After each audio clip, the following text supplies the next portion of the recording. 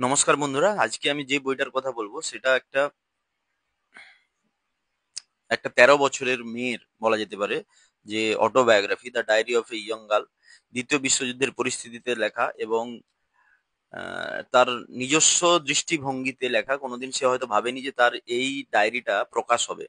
সব থেকে কন্ট্রোভার্সিয়াল এবং ওয়ার্ল্ড ওয়াইড বেশি পড়া হয়েছে এই বইটাকে। এই বইটা আমি অনেকদিন আগেই পড়েছিলাম এবং আরেকবার পড়লাম, কিছুটা অংশ বাকি ছিল, তাই পুরোটা শেষ করলে সত্যি মনটা অনেকটা দুঃখে ভেঙে যায়। যে একজন আহ, গল্পটা এরকম, গল্প তো নয়, যে বাস্তব, যে দ্বিতীয় বিশ্বযুদ্ধ চলাকালীন নেদারল্যান্ডে তখন এরা বসবাস করতো, মা বাবা, বোন, দিদি একজন ছিল, আর এই অ্যানি ফ্র্যাঙ্ক। 2 বছর এরা নেদারল্যান্ডসের একটা গুপ্ত জায়গায় অর্থাৎ ওয়্যার হাউসে এরা লুকিয়ে থেকেছিল নাজিদের থেকে বাঁচার জন্য। এরা যেহেতু জিউস ছিল, তো সেই 13 বছর বয়সে যখন তার বার্থডেতে তার বাবা তাকে একটা ডায়েরি গিফট করেছিল এবং সেই ডায়েরিতে সে তার প্রত্যেক দিনের কথা লিখতো। এবং সেই সূত্রে সে যখন তার ফ্যামিলি যখন সেই ওয়্যার হাউসে লুকিয়ে থাকতো 2 বছর ধরে, তখন তার প্রত্যেক দিনের সঙ্গী ছিল এই ডায়েরিটা। ডায়েরিটাতে এমন কিছু নেই যে কিছু কিছু সাসপেন্স থ্রিলার বা অন্য কিছু।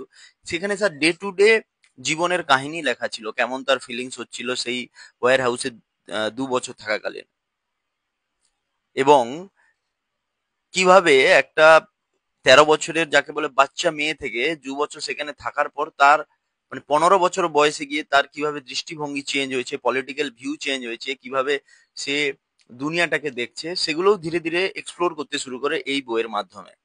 ডায়েরি লেখার যে হ্যাবিটটা তার মধ্যে ধীরে ধীরে কিন্তু বিল্ড হয়ে যায়, এবং সে কোনোদিন ভাবেনি যে তার এই যে বইটা কোনোদিন পাবলিশ হবে।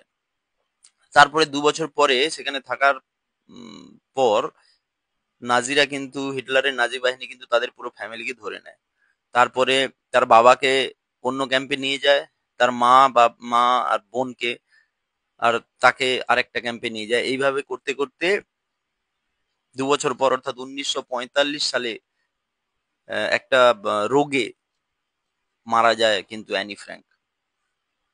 এবং সৌভাগ্যবশত তার বাবা অর্থাৎ অটো ফ্র্যাঙ্ক ওই কনসেন্ট্রেশন ক্যাম্প থেকে জীবিত বেরিয়ে আসতে পারে। তারপরেই সে এই ডায়েরিটা খুঁজে পায় এবং সেটাকে পাবলিশ করে। এটা কিন্তু মোস্ট কন্ট্রোভার্সিয়াল।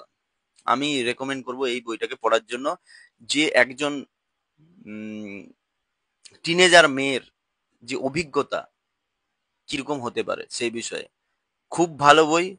পড়লে জীবনের প্রতি এবং আহ, দুনিয়ার প্রতি বা যেসব আমাদের এনভায়রনমেন্ট আছে তার প্রতি আমাদের যেসব অনেকের থাকে না যে ক্লেশ, সেগুলো কিন্তু অনেকটা কমে যাবে। আমরা জীবনে কি পেয়েছি বা কিরকম সিচুয়েশনে আছি, কত আমরা ভালো আছি, সেই বিষয়গুলো কিন্তু এই বইটা পড়লে মনে হয় যে নিজেকে কতটা লাকি ফিল করা যায়। বইটা অবশ্যই সাজেশন থাকলো পড়ার জন্য। থ্যাংক ইউ সবাইকে।